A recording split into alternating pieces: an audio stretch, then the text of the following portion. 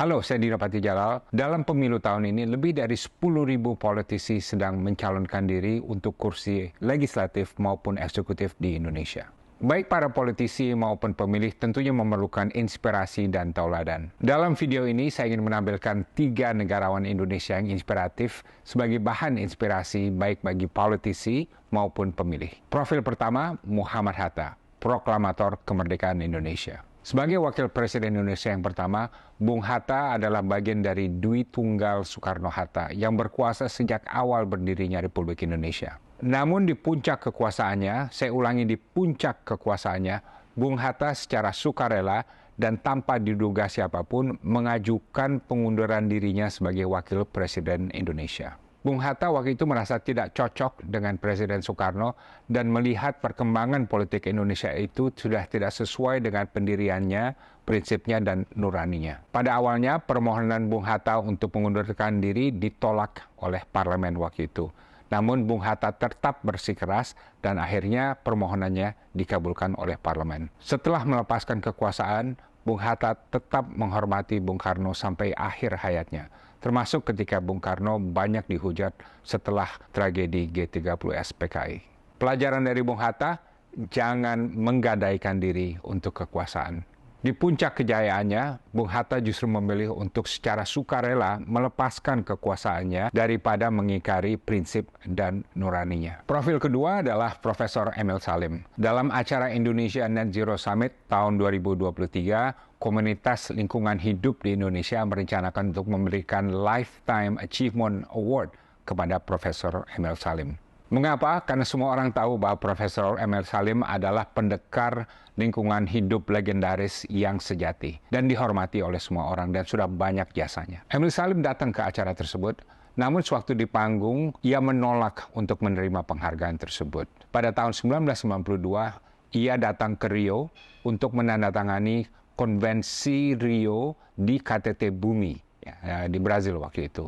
Namun semenjak itu ia merasa bahwa pemerintah gagal untuk melaksanakan kewajibannya dalam Konvensi Rio. Dan dia juga mengatakan pemerintah-pemerintah dunia lainnya juga gagal melaksanakan Konvensi Rio. Jadi ia merasa sama sekali tidak berhak untuk menerima penghargaan tersebut. Pelajaran dari Emil Salim, jangan kecanduan dengan sanjungan. Dalam suasana sekarang di mana banyak pemimpin yang terlena bahkan mencari-cari pujian, Emil Salim mengingatkan kita semua bahwa pemimpin yang berbobot adalah yang berprestasi namun tidak mempan disanjung. Pemimpin yang suka disanjung adalah pemimpin yang labil dan lemah. Profil ketiga adalah Hugeng, Kepala Polisi Republik Indonesia antara 1968 sampai 1971 dan juga mantan Menteri dan juga Dirjen Imigrasi Indonesia. Dalam era yang marak dengan korupsi, sogok, penyalahgunaan kekuasaan, dan nepotisme, Pak Hugeng selalu bersikap profesional dan bersih. Padahal waktu itu peluang korupsi dan sogok datang hampir setiap hari dan dilakukan hampir semua orang. Pak Hugeng meminta anak buahnya untuk melakukan lapor harta kekayaan, suatu hal yang sangat tidak lazim waktu itu. Ia meminta istrinya untuk menutup bisnis toko bunga karena tidak ingin istrinya mendapat orderan dari cukong yang berkepentingan terhadap jabatan dirinya. Ia menolak hadiah rumah dan mobil dari bandar judi di Medan. Ia juga melarang anak-anaknya untuk menikmati fasilitas negara dalam bentuk apapun dan melarang mereka juga untuk menerima hadiah dari cukong, padahal itu merupakan praktek yang lazim berlaku pada waktu itu untuk anak-anak pejabat. Ketika menjadi menteri, Pak Hugeng sempat menolak tawaran dari Presiden Soekarno untuk mempercepat izin masuk barang impor untuk pembangunan rumah pribadinya.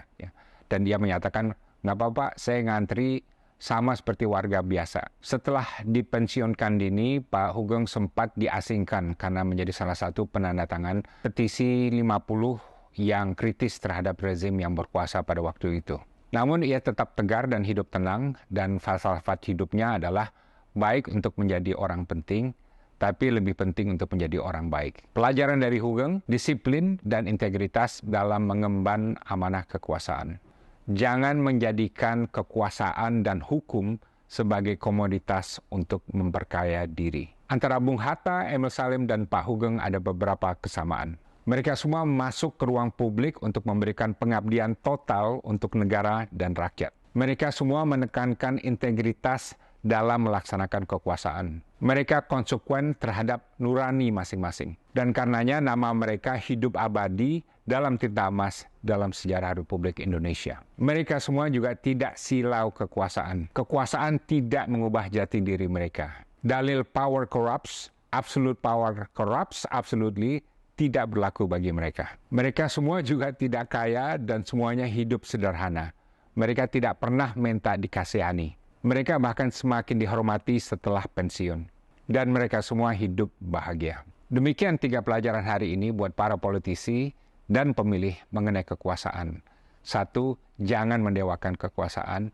2, jangan gila sanjungan. 3, jangan jadikan hukum sebagai komoditi untuk memperkaya diri. Terima kasih. Kalau Anda ada komentar, silakan tulis di kolom komentar dan saya dengan senang hati akan membacanya.